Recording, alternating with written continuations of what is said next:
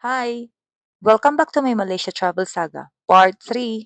This is the last part kasi one-day tour lang naman talaga to. So let's explore Batu Caves, one of Malaysia's most famous landmarks, located just north of Kuala Lumpur. Nagulat ako sa dami ng kalapate sa totoo lang. By the way, meron pala kaming tour guide. So this place is dedicated to Lord Morogan. Basically, siya yung walang inuurungan. Parang ako dati, sa inuman nga lang. Bago mag-picture, let's appreciate this 42.7-meter golden statue. Grabe, di lang siya tall, dark, and handsome. Gold pa. Gawa siya from steel and concrete at inabot ng 3 taon para matapos ng mga artisans from India. Yung relasyon nyo kaya, ilang taon inabot? Uy, change topic. Akyat na lang tayo. 272 steps para maramdaman ulit kung gaano kahaba ang pinagdaanan nyo. Tapos pagdating sa taas, akala mo ikaw na.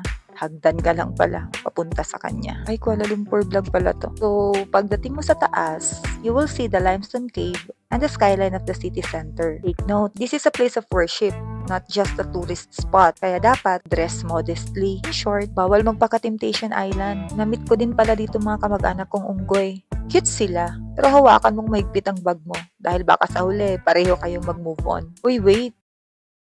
Ibang unggoy to. Bakit ngayon ka lang? May Pilipino na namang makakaahon sa hirap. Pasok na nga lang ako. So sa loob ng caves, makikita mo ang maraming statues sa shrines na pinagdadasalan ng mga tao. Pag nasa loob ka, mafe-feel mo yung solemnity.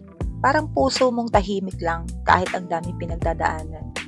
Banat. Ito naman, sa totoo lang di ko alam to. Baka mas alam nyo pa to. Ewan ko ba? Comment nyo na lang. Nagpa-picture lang kasi kami dun sa may nagbabantay na may kabayo. Nagbabantay na guard na may kabayo. Ganon. Ang Sri Mariman Temple. Ang pinakamatandang Hindu temple. While this one is a Tian Ho Temple. One of the biggest Chinese temple in Kuala Lumpur. Here I could say it's perfect for insta-worthy shots. Nandiyan ako pa talaga.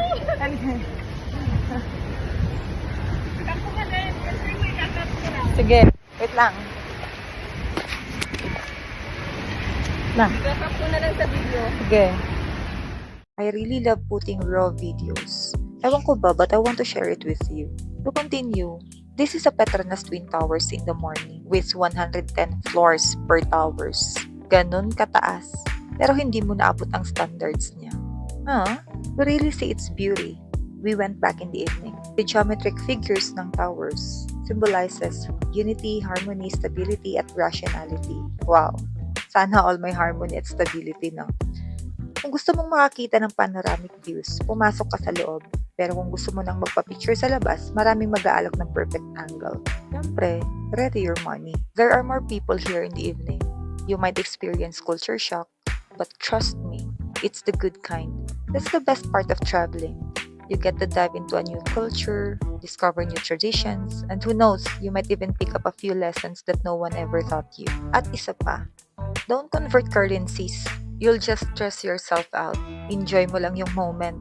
Sabi nga nila, you can always earn more money. But time, that's the one thing you can never get back. So live it up and forget the math muna. So that's it for part 3 of my Malaysia travel saga. Next time ulit, ingat, buyers!